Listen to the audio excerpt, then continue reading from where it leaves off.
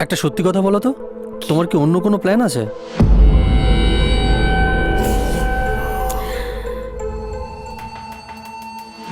আচ্ছা বৌদি, বলছিলাম আমাদের মতো ছেলেদের কি একাধিক রিলেশন থাকতে পারে? তুমি খুব সুইট বয়। বুঝি না আজ কেন এই প্রবাসে সাথী আমার বড় একা সে। It's not possible.